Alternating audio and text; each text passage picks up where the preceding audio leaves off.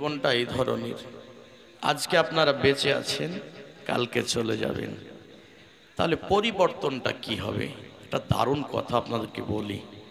কথাটা হলো এই যে যতদিন বেঁচে আছি ততদিন আল্লাহ ক্ষমার দরজা খুলে রেখেছেন, আর একটা দিন হবে যেদিন তিনার দরজা বন্ধ হবে, আর আমরা সেদিন ক্ষমা চাইতে ব্যস্ত হব।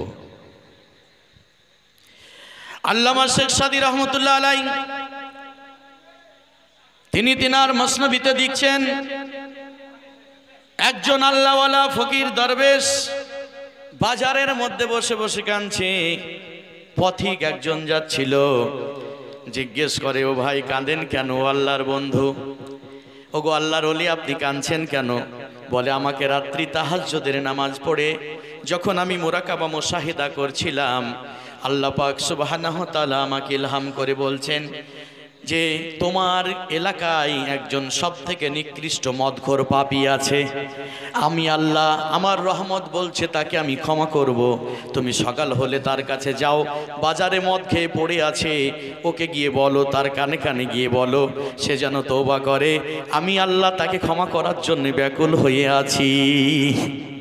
সুবহানাল্লাহ বলতে ইচ্ছা করছে না? আল্লাহ সুবহানাহু ওয়া তাআলার ওই প্রেমিক আল্লাহর ওলি তিনি সকালবেলায় গিয়ে বাজারে বসে কাঁদছেন। পথিক জিজ্ঞেস করছিল, যেটা আমি আগে বলেছিলাম, পথিক বলছে, আপনি কাঁদেন কেন বাজারে বসে? বলে, আমাকে এই খবর আল্লাহ দিয়েছেন গত রাত্রে, আমি সকালবেলায় এই মদখোর যে সামনে আমার পড়ে আছে, মদ খেয়ে বেতাল অবস্থা হয়ে আছে, এর কানে কানে গিয়ে বললাম তুমি তওবা করো, আল্লাহ তোমাকে ক্ষমা করার জন্য ব্যাকুল হয়ে আছেন। এই পাগল বলছে, হুজুর গো, আপনি আমাকে মারেন, কাইটে পুঁতে দেন, আমার সম্পত্তি সব লিখেলেন, সব করতে আমি রাজি, কিন্তু আমার প্রাণের মদ ছাড়তে পারবো না। সকালে বলি নাউজুবিল্লাহ।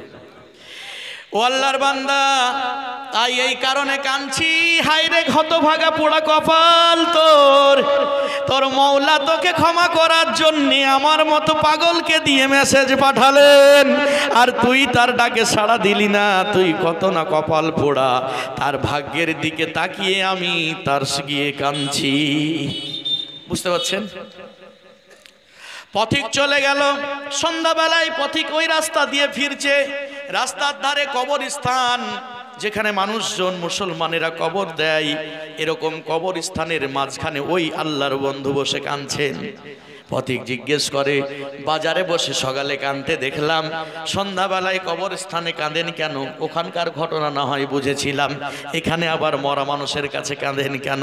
বলে, ঘটনাটা একই ঘটেছে। বলে কি? বলে, ওখানে জিন্দা মানুষের কাছে ছিলাম, যেখানে আল্লাহ রাজি ছিলেন তার বান্দাকে ক্ষমা করার জন্যে, কিন্তু বান্দাকে রাজি করতে পারিনি। কবরে এসে দেখছি সমস্ত কবরবাসী রাজি হয়ে বলছে, আল্লাহ আপনি আমাদেরকে ক্ষমা করে দেন, আর ওদিকে আল্লাহকে আমি রাজি করতে পারছি না। এই সময় আসার আগে আমাদেরকে তওবা করতে হবে। এই মৌতের ডাক আসার আগে নিজেকে সংশোধন করতে হবে।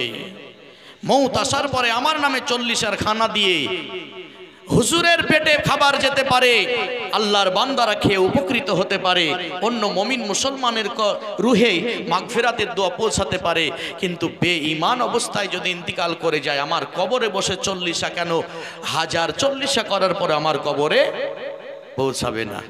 আপনারা বলবেন, এটা বুঝতে পারলাম না, ভালো করে বুঝিয়ে বলেন। আপনাদের এটা কোন গ্রাম পঞ্চায়েতের আন্ডারে? জি, লছনপুর। তা আমি পঞ্চায়েত, আগে দুয়ারে সরকার ক্যাম্প বসতো না পঞ্চায়েতে, তা আমি দুয়ারে সরকারে গেছি। আপনারা অনেকে জানেন না, আমি আন্তর্জাতিক রাষ্ট্রসংঘের একটা এজেন্সিতে অ্যান্টি করাপশনে কাজ করি। যদি বা এটা আমার মাইক্রোফোনে বলা ঠিক হলো না, তথাপি না বললে আপনারা বা বুঝতে পারবেন না। মৌলভী সাহেব এত কথা কোথা থেকে আনছে? আমি একদম মানুষের রান্নাঘরের খবর দিই, একবারে আদালত থেকে শুরু করে নিই। আল্লাহ আপনাদের দোয়ায় যতটুকু হাসিল করিয়েছেন। তো দেখছি একটা চাচি বলছে, ওই মৌলভী সাহেব শুনেন। কি বলে? এই লক্ষ্মীর ভান্ডার চালু হওয়া বহু বছর হয়ে গেল, আমি প্রথম থেকে 100 বার দরখাস্ত করেছি, তা আমার লক্ষ্মীর ভান্ডার টাকা ঢুকছে না। তা আল্লাহর রহমতে ওই পঞ্চায়েতের আন্ডারে কম করে 12 জন ডাটা এন্ট্রি করা ছেলেগুলো আমার কাছে তারা কম্পিউটার সায়েন্সটা পড়েছিল। তো গেলে একটু শ্রদ্ধা করে, আমি বললাম এই দেখ তো চাচির কি অবস্থা। তো বলে হুজুর দাঁড়ান একটু দেখে নিচ্ছি। ডাটা এটাকে রিভিউ করে দেখতে পাওয়া যাচ্ছে। আমি বললাম দেখ আধার কার্ড দিয়েছে তো? বলছে হুজুর আধার কার্ড তো ঠিকঠাক দিয়েছে। তাহলে দেখতো তার পরবর্তী কি সমস্যা আছে। ভোটার কার্ডও দিয়েছে, আধার কার্ড দিয়েছে, জন্ম সার্টিফিকেট দিয়েছে, খাদ্য সুরক্ষার কার্ড দিয়েছে, তারপরে পঞ্চায়েতে রেসিডেন্সিয়াল সার্টিফিকেট সব দিয়েছে। সব দিয়েছে, তো টাকা কেন ঢুকে না রে? ভালো করে দেখ। বলে হুজুর ও এই অ্যাকাউন্টই দেয়নি। আমি চাচিকে বললাম চাচি অ্যাকাউন্ট দেননি, যে তোর কিসে ঢুকবে? মমতা হেলিকপ্টারে করে এসে টাকা দিয়ে যাবে বাড়িতে। বলছে অ্যাকাউন্ট আবার কি? আমি ইয়াও বুঝেননি, ব্যাংকের অ্যাকাউন্ট, ব্যাংকে টাকা লেনদেন হয়, ওখানে একটা খাতা খুলতে হয়, ওই নাম্বার দিলে ওখানে ঢুকবে। বুঝতে পেরেছেন কথা? কিছু বুঝতে পারলেন না? যদি ইমানের অ্যাকাউন্ট না থাকে কবরের উপরে বসে 40 করব, অন্য জনের কাছে পৌঁছাবে, কিন্তু আপনার কবরের স্বভাব পৌঁছাবে না। বোঝাতে পারলাম না? অ্যাকাউন্ট খুলে যেতে হবে আব্বাজান, অ্যাকাউন্ট খুলে যেতে হবে। নিরাশ করতে আমি আসিনি। জাহান্নামের বড় বড় আয়াত বর্ণনা হয়েছে কোরআনে পাকে, কিন্তু আপনাদের শুভ সংবাদ আমি ফার্স্টেও দিয়েছি, যেতে যেতেও দিচ্ছি, মনে রাখবেন কথাটা।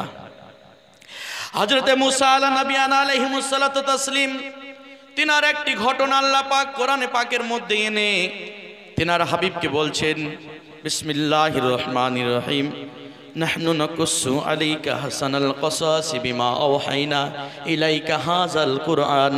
রাসূল গো, আপনাকে উত্তম ঘটনা এই কোরআনে আমি দিয়েছি, আপনি দেখুন। হযরতে মুসা আলাইহিস সালাম একদিন আল্লাহকে বলছেন, আল্লাহ আমার জীবনের শেষ মুহূর্ত মনে হয় চলে এসেছে, আল্লাহ আপনি আমাকে আমার উম্মতের মধ্যে সবথেকে উত্তম জান্নাতীর লোকটাকে দেখিয়ে দেন। সুবহানাল্লাহ পড়েন। আল্লাহ বললেন ঠিক আছে দেখাবো। মুসা আলাইহিস সালামের মনে যেন কি হলো, তিনি হঠাৎ করে পাল্টি খেয়ে বলছেন, না না, জান্নাতি সব থেকে উত্তম জান্নাতিটা দেখার আগে একটাকে দেখতে চাই। বলে কাকে? বলে সব থেকে নিকৃষ্ট পাপী জাহান্নামীটাকে আমাকে দেখান। কে বলছে? মুসা আলাইহিস সালাম। তিনার উম্মতের মধ্যে সব থেকে নিকৃষ্ট পাপীকে তাকে দেখান। আল্লাহ বলছেন ডান, কথা হয়ে গেল। তো কি করতে হবে? বলে সুবহে সাদেকে দরজার সামনে দাঁড়াবা, উত্তর থেকে দক্ষিণে একটা ব্যক্তি হেঁটে যাবে, ওইটা হলো তোমার উম্মতের সব থেকে নিকৃষ্ট জাহান্নামী পাপী। তারপর তার 5 মিনিট 10 মিনিট পরে দেখবা উত্তর দিক থেকে এই দক্ষিণ দিক থেকে উত্তরের দিকে একটা লোক যাবে, ওইটা হলো জান্নাতি, সব থেকে উন্নত মানের জান্নাতি। বলুন সুবহানাল্লাহ। আপনারা কথা বুঝার একটু চেষ্টা করেন কষ্ট করে। হ্যাঁ আব্বাজান, মুসা আলাইহিস সালাম কথা মোতাবেক সকালবেলায় তিনার বাড়ির হুজরা মুবারকের সামনে দরজা খুলে দাঁড়িয়ে আছেন, অপেক্ষা করছেন। আল্লাহ আমাকে তো কোনোদিন ভোগা দেননি, আল্লাহ তো ভোগা দিতে পারেন না, তিনার শান ও জাত ও সিফাতে এটা নাই, তিনি পবিত্র, তিনি কাউকে ধোকা দেন না। তিনি তাকাচ্ছেন তো দেখছে সত্যি একটা লোক চলে আসছে। কোন দিক থেকে? দক্ষিণ থেকে উত্তরের দিকে। আপনাদের দেশে উত্তর কোন দিকে দক্ষিণ কোন দিকে একটু বুঝিয়ে দেন না আমাকে। কোন দিকে উত্তর? এদিকে পশ্চিম, এটা উত্তর, এটা দক্ষিণ। তো সাপোজ ধরেন উত্তর দিক থেকে ওই লোকটা আসছে, দেখার সঙ্গে সঙ্গে সিজদায় পড়ে গিয়ে কাঁদছেন, লা হাওলা ওয়ালা কুওয়াতা ইল্লা বিল্লাহ। আল্লাহ আমার উম্মতের সব থেকে নিকৃষ্ট জাহান্নামীকে আমি দেখলাম, আল্লাহ আমি আপনার কাছে তওবা পাঠ করছি। সিজদা থেকে মাথা তোলার পরে বলছেন, আল্লাহ এবার আমার সব থেকে উন্নত মানের নেককার পরহেজগার জান্নাতি উম্মতকে দেখিয়ে দেন। বলে এবার তুমি তাহলে দক্ষিণ দিকে তাকাও। দক্ষিণ থেকে একজন আসছে, দক্ষিণ থেকে যে ব্যক্তিটা আসছে তাকে দেখলেন, দেখার সঙ্গে সঙ্গে সিজদায় পড়ে গিয়ে মুসা আলাইহিস সালাম এবার লা হাওলা ওয়ালা কুওয়াতা ইল্লা বিল্লাহ না পড়ে বলছেন, সুবহানা রাব্বিয়াল আলা, আপনার প্রশংসা আদায় করি মাওলা। আমার মাথা এবার চক্কর লেগে গেল। বলে কেন? বলে যেই লোকটাকে কিছুক্ষণ আগে আপনি আমার উম্মতের সব থেকে নিকৃষ্ট জাহান্নামী বলে দেখিয়েছিলেন, এই উত্তর থেকে ঘুরে আসার ওই লোকটাই ঘুরে আসছে, একে আপনি জান্নাতি বলছেন কেমন করে? মনে হয় আমি ভুল লোককে দেখেছি নাকি আল্লাহ? আল্লাহ বলেন, ওয়া ইজ্জাতি রব্বি, আমার কুদরত জালালের কসম, তুমি যাকে জাহান্নামী হিসাবে 1 মিনিট আগে দেখেছিলে এই লোকটাই ঘুরছে, এটাও সঠিক। একে তোমাকে সর্ব উৎকৃষ্ট জান্নাতি বলে দেখালাম, এটা ওই চূড়ান্ত বলে মেনে নিলাম। আপনি সব করতে পারেন কিন্তু করলেন কেন? আল্লাহ বলেন, বিনা কারণে আমি কিছু করি না, কোনো একটা কারিনা থাকে। বলে কারিনাটা বলুন। কারিনা বর্ণনা করছেন, বলে মুসা তুমি দেখছিলে যখন উত্তর থেকে দক্ষিণের দিকে লোকটা জাহান্নামী হয়ে যাচ্ছিল, তখন তার পাথা থেকে মা তো দূরের কথা, তার আসমান জমিন কোনো জায়গা গুনাহ করতে ফাঁকা রাখেনি। কিন্তু তুমি কি লক্ষ্য করেছিলে তার সঙ্গে 7 বছরের একটা বেটা ছিল, তার হাত ধরে হাঁটছিল? বলে জি। বলে কে তারা কি কথা বলছিল তা তুমি শুনেছো নাকি? বলে আমি ওদিকে খেয়াল করার সুযোগ পাইনি, তাকে দেখেই তওবা পড়ে সেজদা করেছি। আল্লাহ বলেন, তুমি সেজদায় ছিলে আর আমি তাদের কথা তো 2 বাপ বেটার কথা শুনছিলাম। বলে আল্লাহ তারা কি বলছিল? ওই লোকটাকে তার ছোট্ট 7 বছরের বাচ্চা জিজ্ঞেস করছে, আব্বা গো, আল্লাহর জমিনে সব থেকে শক্তিশালী কোনো জিনিস আছে নাকি? তো লোকটা উত্তর দিয়ে বলছিল, বাচ্চা রে, বাবা রে, হ্যাঁ সব থেকে শক্তিশালী, সেটার নাম হলো আগুন, যা দিবি তা পুড়িয়ে দেবে, লোহা দিলে গলিয়ে দেবে, এই কথা বলছিল। তখন বাচ্চা থেমে যায়নি, বাচ্চা আবার প্রশ্ন করছে, এই আগুনের থেকে শক্তিশালী কিছু আছে নাকি? বাচ্চার উত্তরে তার বাপ বলছে, উত্তর যদি না দিই ছেলের কাছে ভুল মেসেজ যাবে, আব্বা কিছু জানে না। তাই লোকটা উত্তর দিয়ে তার ছেলেকে বলল, আগুনের থেকে শক্তিশালীও কিছু আছে। বলে সেটার নাম কি? বলে সেটার নাম হলো পানি। যত 1000 ডিগ্রি সেলসিয়াস তাপমাত্রার আগুন হোক, পানি দিয়ে দিলে ঠান্ডা হয়ে যায়, আগুন নিভে যায়, সুতরাং পানি হলো শক্তিশালী। ছেলেটা বলল, বুঝে নিলাম, কিন্তু আমার আরেকবার প্রশ্ন জেগে গেল, এই পানির চাইতে শক্তিশালী কিছু আছে নাকি? লোকটি আবার বলছে, আবার তোর প্রশ্ন? বলে হ্যাঁ, এই প্রশ্নটার উত্তর দেন। তখন বলছে, হ্যাঁ পানির থেকে শক্তিশালী আমি কিছু দেখেছি। বলে সেটার নাম কি? বলে সেটার নাম হলো হাওয়া। পানি, তার নদী সমুদ্রের পানিকে যখন সাইক্লোনের গতি এসে যায়, তখন ওইটাকে জলোচ্ছ্বাসে পরিণত করে এখানকার পানি ওখানে উড়িয়ে নিয়ে গিয়ে ফেলে দেয়। বোঝা গেল পানির থেকে শক্তিশালী হাওয়া। বাচ্চাটা থেমে যাওয়ার কথা কিন্তু থামলো না। বাচ্চা বলছে, আব্বু আবার প্রশ্ন জাগে, হাওয়ার চাইতে শক্তিশালী কিছু আছে নাকি বলুন? তখন লোকটি বলে, হ্যাঁ হ্যাঁ হাওয়ার থেকে শক্তিশালী কিছু আছে। বলে সেটা আবার কি? বলে হাওয়ার থেকে শক্তিশালী হলো পাহাড়। বলে কি করে বুঝলেন? বলে যখন বাতাস 200 কিলোমিটার গতিতে স্পিডে ছুটে আসে, পাহাড়ের সঙ্গে টাক্কর খেয়ে বাতাস তার অভিমুখ পরিবর্তন করে নেয়, তার যাত্রা ঘুরিয়ে নেয়, তার রাস্তা ঘুরিয়ে নেয়। ঠিক না ভুল বলুন? ঘুরিয়ে নেয় না? ঘুরিয়ে নাই। সুতরাং বোঝা গেল বাতাসের গতিপথকে যে রোধ করে দিতে পারে সে হলো শক্তিশালী বাতাসের চেয়ে, সে হলো পাহাড়। তখন ছেলেটি বলছে, আব্বু গো, এই বিশাল পাহাড়ের চাইতে কি ওজনদার আর কিছু আছে নাকি? তখন লোকটি গিয়ে হাঁটু গেড়ে দিয়ে বসে ছেলেটাকে বুকের কাছে জড়িয়ে বলছে, আব্বু রে, এই পাহাড়ের চাইতেও 1000 গুণ বেশি ওজনদার জিনিস সেটাও দুনিয়াতে আছে। বলে সেটা কি? বলে সেটা অন্য কিছু নয়, তোর আব্বার পাপের বোঝা। কিসের বোঝা? পাপী জানে না সে কত পাপ করেছে? তো বলছে তোর আব্বার পাপের বোঝার চাইতে এই পাহাড় হালকা। ছেলেটার চোখ দিয়ে ছলছল করে পানি বেরিয়ে এলো। ছেলেটা তখন আবার প্রশ্ন করছে, আব্বা এই পাহাড়ের চাইতেও ওজনদার ভারী তোমার পাপ, এই পাপের চাইতেও কি ভারী? এই পাপের চাইতে কি শক্তিশালী কিছু আছে নাকি? তখন ছেলেকে গালে মুখে চুমু দিয়ে বলছে, হ্যাঁ আছে। বলে সেটা আবার কি? বলে এই তোর আব্বার বিশাল পাপ রাশির চাইতে শক্তিশালী হলো আমার তোর সকল জগতের সৃষ্টিকর্তা মহান আল্লাহর দয়া। যেমনই এই কথা বলা মুসা গো, আমি আমার ওই বান্দার এই কাকুতি বিনতি বিশ্বাসের কথাটা আমার কুদরতি হৃদয়ে আঘাত করেছে। আমি সঙ্গে সঙ্গে গফির লাহু তাকাদ্দাম আমি জামবিহি ওয়া মা তাআখারা, তার অতীত ভবিষ্যতের গুনাহ মাফ করে দিলাম। শুধু গুনাহ মাফ করে দিইনি, ওই গুনার পাহাড়গুলোকে আমি নেকিতে পরিপূর্ণ করলাম। আর নেকিতে পরিপূর্ণ করে দেখলাম তোমার উম্মতের মধ্যে এর থেকে বেশি নেককার আর কেউ নাই। আপনাদের বুঝাতে পেরেছি আল্লাহর বান্দা, ইনি সেই মহান আল্লাহ, আমরা সেই মহান রব্বুল আলামিনের সৃষ্টি। আমরা বিপদে আপদে সদা সর্বদাই তিনাকে স্মরণে রাখবো। সকলে পড়েন ইনশাআল্লাহ। আর তিনার স্মরণ থেকে আমরা হটে যাব না একটা কাজ করলে, সেটা হলো রসুলের মোহাব্বত অন্তরে যদি গেঁথে নিতে পারি, নবীর প্রেম যদি হৃদয়ের মাঝে একটু থেকে থাকে, ওই ব্যক্তি কোনোদিন পথভ্রষ্ট হবে না। সকলে বলেন ইনশাআল্লাহ। যাকে যেটা বলার ছিল বললাম। আমি এবার আলোচনা শেষ করে দিতে চাইছি। আলোচনা শেষ করতে করতে এই কথাটা আপনাদেরকে অনুরোধ করছি। কি কথা? হযরত রাবিয়া বাসরীর কথা মনে পড়ে গেল। আমি অনেকগুলা ধারাবাহিকভাবে কথা বললাম। কথাগুলি যদি ভাবেন আপনারা, তাহলে দেখবেন আল্লাহর সঙ্গে আপনাদের সম্পর্ক কত গভীর। এই গভীরতা যেদিন দেখে ফেলবেন, কদ আরাফা নাফসাহু ফাকাদ আরাফা রব্বাহু। হুজুর আলিমুদ্দিন রহমতুল্লাহ আলাই এই ওপরে তিনি সারা জীবন ওয়াজ করে গেছেন।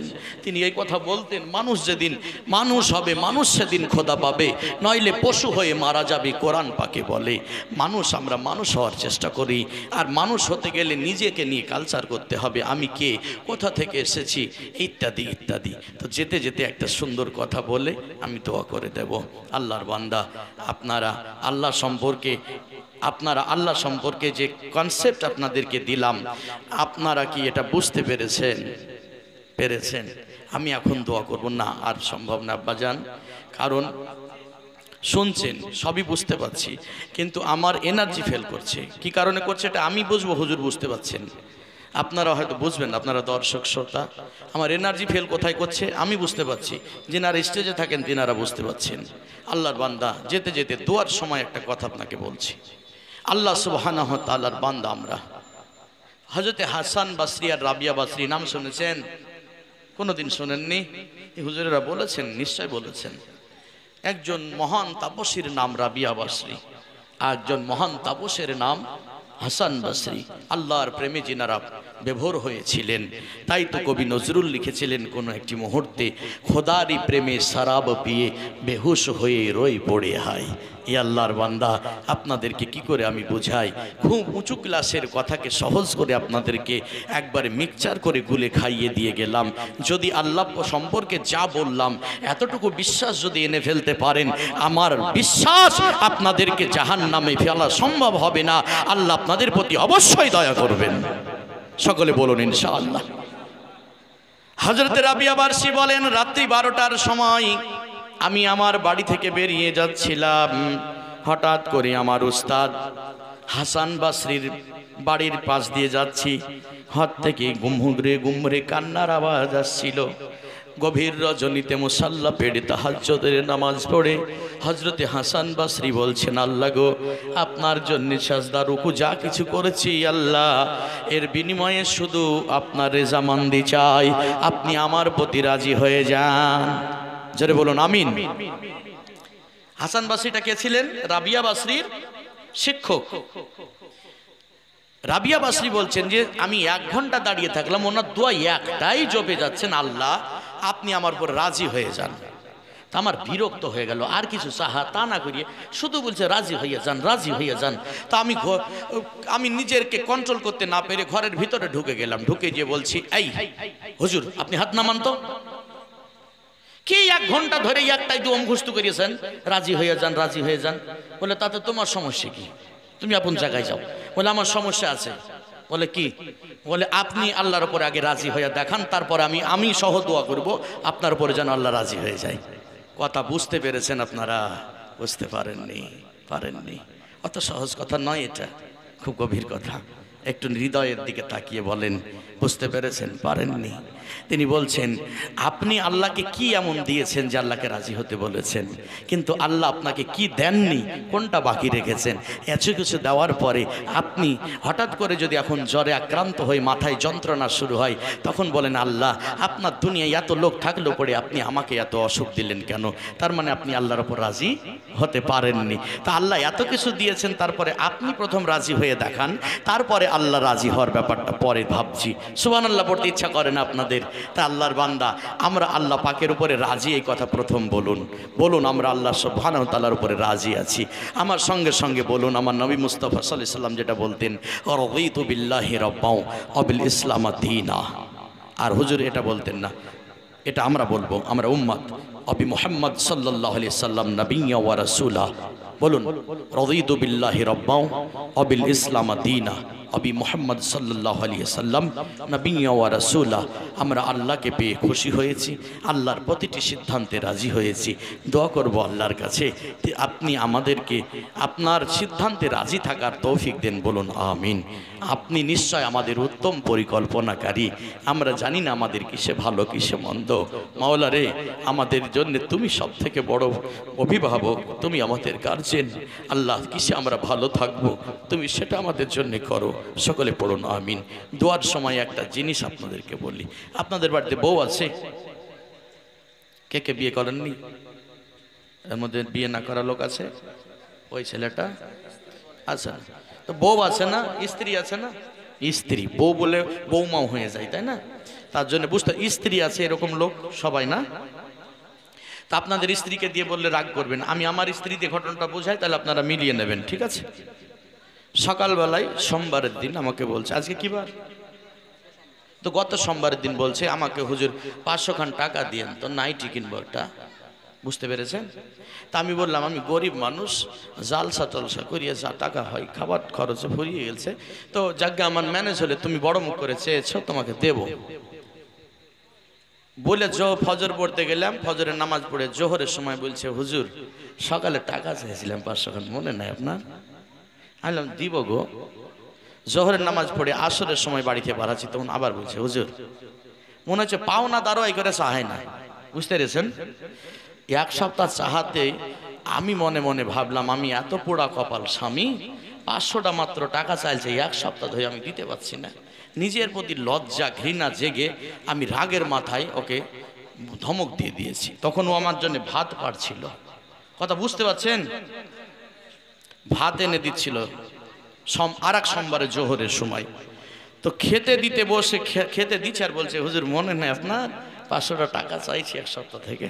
তো জোরে ধমক দিয়ে বলছে এই তুমি খাবার সময় তো তুমি একবারে পাওনাদারের মতো উঠে পড়ে লেগেছো, চুপ করো। এই কথা ধমক যেমনি দিয়ে দিয়েছে কেঁদে ফেলেছে। আমিও ধমক দিয়ে হাক্কার মা বুক্কা সেজে গেলাম, কাঁদিয়ে দিলাম আল্লাহর বান্দিটাকে। চোখের পানিকে মুছছে আর বলছে হুজুর খান। আমি বলছি তুমি কাঁদছো যে? বলে আপনি ধমক দিলেন তো কান্না চলে এসেছে, কিন্তু অসুবিধা নাই, আমি নিজেকে সামলানোর চেষ্টা করছি।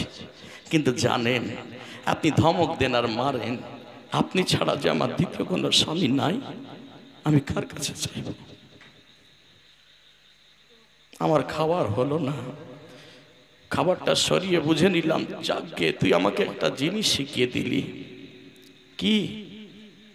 এই যে কথাটা বললি না, কথাটা আমার কলিজায় গিয়ে লাগলো যে আপনি ছাড়া আমার কি আছে? আব্বা মা সবকে ফেলে আপনার দরবারে এসেছি, আপনার বাড়িতে এসেছি, আপনি ছাড়া আমার চাওয়ার কে আছে?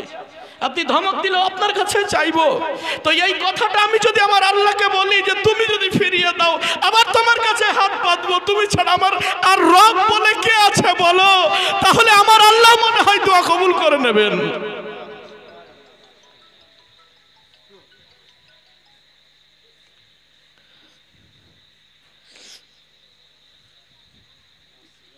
আল্লাহর বান্দা, আল্লাহর সঙ্গে ঘনিষ্ঠতা, আল্লাহ কত ভালোবাসেন আপনাদেরকে। যদি আমি একটা একটা করে আয়াত টেনে টেনে বলি আমার মতো অধমের জীবন শেষ হয়ে যাবে, আয়াত শেষ হবে না।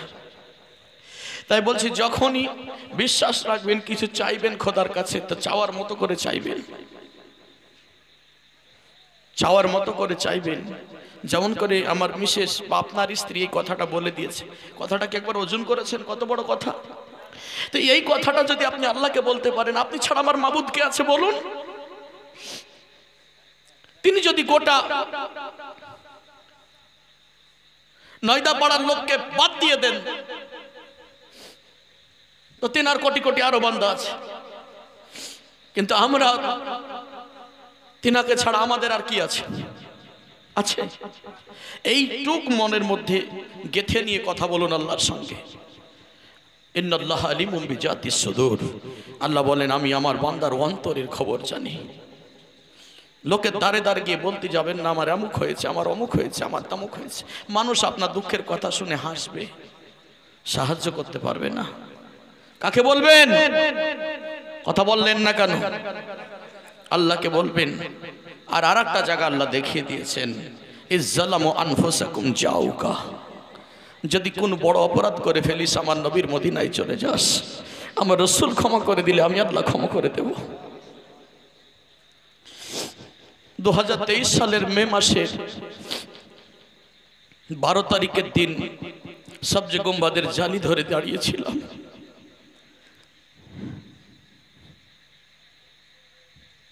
মন বলছিল মেরে তেরে সেবা না কোই দোসরা জানা, তোমার দরবার থেকে দ্বিতীয় কোনো দরবার আমার আর জানা নেই।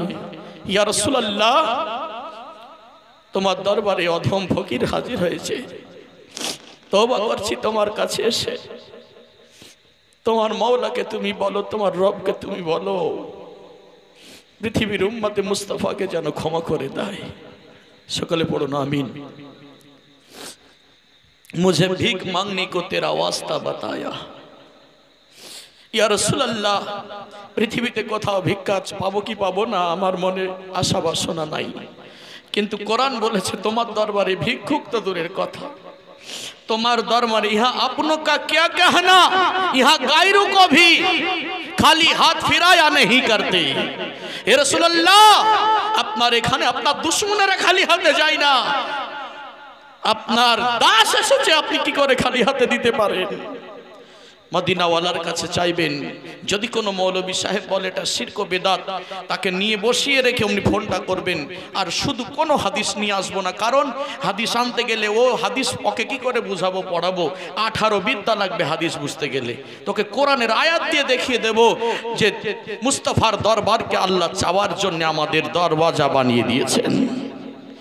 মুস্তাফা করিম আলাইহিস সালাম বলেছেন আনা কাসিমুন আল্লাহু ইউতি, আল্লাহ বারহাক তিনি দেনেওয়ালা, তিনি দিয়ে থাকেন, আমি রাসূলুল্লাহ গোটা জগৎকে বন্টন করে থাকি। বুঝতে পারলেন না কথা? বন্টন করার কাছে চাইতে হয়, যে দেয় তার কাছে না। আপনার বাড়িতে ভাত চাল তরকারি কে এনে দেয়? আপনি। বাজার থেকে কে আনে? আপনি। কিন্তু আপনার কাছে গিয়ে আমি ভাত চাইলে পাবো? আর কাছে চাইতে হবে? বন্টনকারী আপনার মিসেসের কাছে চাইতে হবে, যে রান্নাঘরে আছে। রেশনের মাল পান আপনারা, রেশনের মাল আসলে কে দেয়? নরেন্দ্র মোদীর গভর্নমেন্ট, সেন্ট্রাল গভর্নমেন্ট। এটা কেন্দ্র সরকারের দোকান, রেশন দোকান। তো এখন একটা লোক যে দিল্লিতে গিয়ে নরেন্দ্র মোদীর বাড়ির সামনে ব্যাগ আর বস্তা নিয়ে বসে আছে, আটা চাল নিব বলে, ও কিয়ামত অবধি যদি ওখানে বসে থাকে চাল আটা পাবে? কথা বলছেন না কেন? কোথায় যেতে হবে? রেশন দোকানের কাছে যাও, বন্টনকারীর কাছে যাও। বুঝতে পেরেছেন আপনারা কথা? মুঝে ভিক মাংনে কো তেরা ওয়াস্তা বাতায়া, আমি ভিখারি ইয়া রাসূলুল্লাহ। কোরআনে আল্লাহ বলেছেন ইজ্জালামু আনফুসাকুম জাউকা, যদি তোমরা তোমাদের নফসের উপরে জুলুম করে ফেলো তো আমার মুস্তাফার দরবারে চলে যাও, আমার নবীর দরবারে চলে যাও, আমি আল্লাহ তোমাদেরকে ক্ষমা করে দেব। নিশ্চয় তোমরা আমাকে ক্ষমাশীল হিসাবে পাবে। এটা তিনার নিজের ওয়াদা। কার? আল্লাহ সুবহানাহু ওয়া তাআলার ওয়াদা। তাই আসুন আমরা সে রাসূলের ওয়াস্তা নিয়ে একটিবার তিনার কাছে দোয়া করব। দোয়া করার আগে যার কাছে আমরা ঋণী, গোটা পৃথিবীর মুসলমান জিন ইনসান সবাই একসাথে যদি একগ্রতার সাথে দোয়া করি, যার সবার ঋণ শোধ করতে পারলে দুইটা ব্যক্তির ঋণ শোধ হবে না। একটা ঋণ আল্লাহ পাকের, দ্বিতীয় মুহাম্মদুর রাসূলুল্লাহ সাল্লাল্লাহু আলাইহি সাল্লামের ঋণ পৃথিবীর মুসলমান শোধ করতে পারবে না। স্যার আইজাক নিউটন ক্যালিফোর্নিয়া বিশ্ববিদ্যালয়ে দাঁড়িয়ে বলেছিলেন, I believe if a like a man Muhammad সাল্লাল্লাহু আলাইহি সাল্লাম were the assembled dictatorship of a modern world he would succeed in solving it's a problem in a that would bring its much needed peace and happiness তিনি বলে গিয়েছিলেন একজন নন মুসলিম হয়ে যিনি বিখ্যাত দার্শনিক জর্জ বার্নার্ড শ তিনি ক্যালিফোর্নিয়ায় দাঁড়িয়ে বলেছিলেন এই কথাটা যা রেকর্ড হয়ে পৃথিবীতে বাজে মুসলমানেরা বোঝে না তিনি বলেছিলেন যে কথা বলেছিলেন তার ব্যাখ্যা করার আমার টাইম নেই শেষ কথা যেটা বলেছিলেন সেটা হলো গোটা পৃথিবীর মানুষের কলিজা কেটে একটা থালা সাজিয়ে যদি মুহাম্মদ রাসূলুল্লাহর পার নিচে রেখে দেয় কেউ তো গোটা দুনিয়াবাসী মুহাম্মদ সাল্লাল্লাহু আলাইহি ওয়াসাল্লামের এক সেকেন্ডের ঋণ শোধ করতে পারবে না সুবহানাল্লাহি ওয়া বিহামদিহি सलाम उन पर दरूद उन पर जो खैरुल बशर हो चलन दाढ़ी उठ ममिन खड़े हो ताजिम अहमद के लिए या नबी सलाम अलैका या रसूल सलाम अलैका या हबीब सलाम अलैका सलावतुल्लाह या रसूल अल्लाह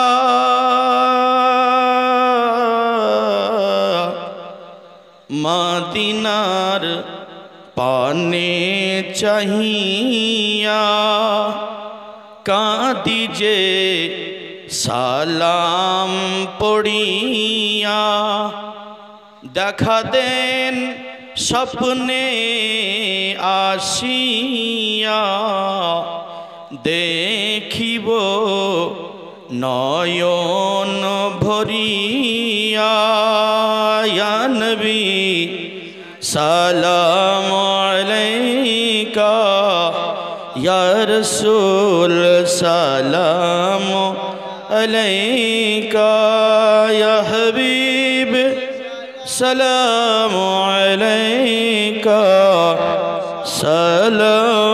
सलावतुल्लाह अरसलल्लाहु तआला इंदना नूरम मुबीना मुस्तफा मा जाआ इल्ला रहमतल लिल आलमीन या नबी सलाम अलैका या रसूल सलाम अलैका या हबीब सलाम अलैका